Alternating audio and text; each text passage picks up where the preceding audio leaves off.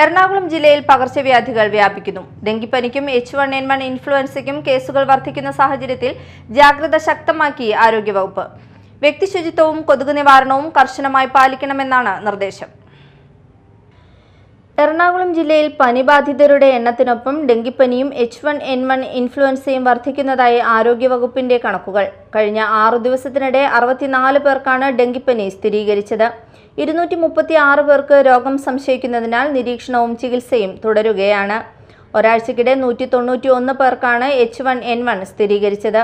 സംസ്ഥാനത്തെ ഏറ്റവും കൂടുതൽ H1N1 രോഗബാധിതരുള്ള ജില്ലയാണ് നിലവിൽ എറണാകുളം. ഇതിനിടെ വിവിധ ആശുപത്രികളിലായി കഴിഞ്ഞ 6 ദിവസത്തിനിടെ 4666 പേരാണ് പനിയെ തുടർന്ന് ചികിത്സ തേടിയത്. എലിപ്പനി ബാധിച്ച് ഒരു മരണവും റിപ്പോർട്ട് ചെയ്തിട്ടുണ്ട്. ചിക്കൻ പോക്സ് 51 പേർക്കും ഹെപ്പറ്റൈറ്റിസ് A 20 പേർക്കും എലിപ്പനി 4 പേർക്കും സ്ഥിരീകരിച്ചു. ഭക്ഷ്യവിഷബാധയുമായി ബന്ധപ്പെട്ട് ഷിഗല്ല രോഗബാധയും റിപ്പോർട്ട് ചെയ്ത സാഹചര്യത്തിൽ വ്യക്തിശുചിത്വം, ഭക്ഷണശുചിത്വം, ജലശുചിത്വം എന്നിവ കർശനമായി പാലിക്കണമെന്ന് ആരോഗ്യവകുപ്പ് നിർദ്ദേശിച്ചു. തിളപ്പിച്ചാറിയ വെള്ളം മാത്രം കുടിക്കാനും കൊതുക് വളരാൻ സാധ്യതയുള്ള സാഹചര്യങ്ങൾ ഒഴിവാക്കാനും അധികൃതർ പൊതുജനങ്ങളോട് അഭ്യർത്ഥിച്ചു.